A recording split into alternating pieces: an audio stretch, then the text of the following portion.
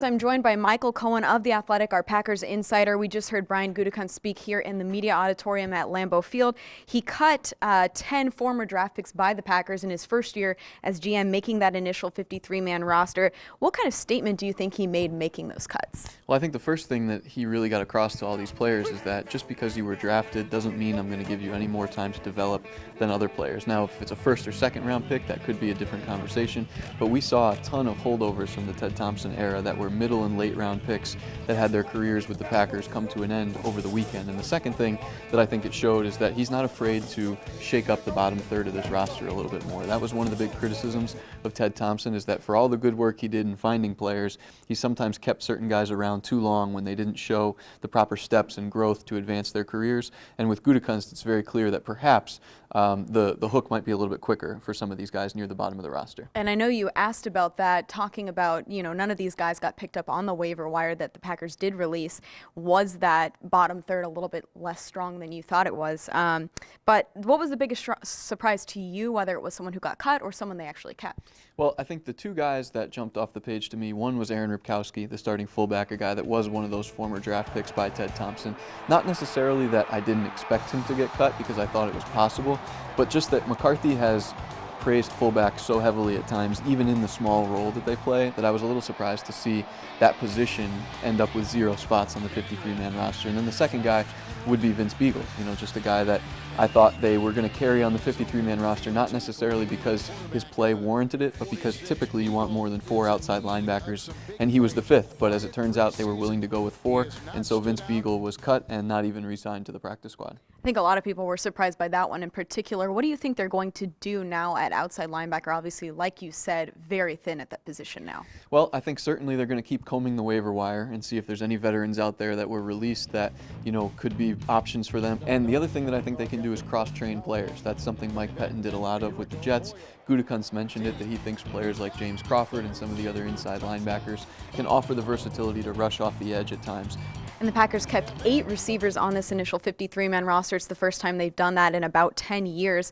Gutekunst was kind of talking about how that was a really testament to the quality that they had in that room. Was that an interesting, keep to you, that they did keep 8 of them? Yeah, I think so. So basically, they didn't want to cut any of their rookie draft picks, the 3 guys. That's what it came down to. And then they also didn't want to cut Jake Kumerow.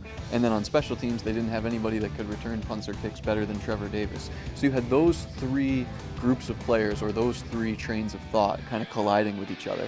And rather than make individual choices, Gutekunst just kept everybody.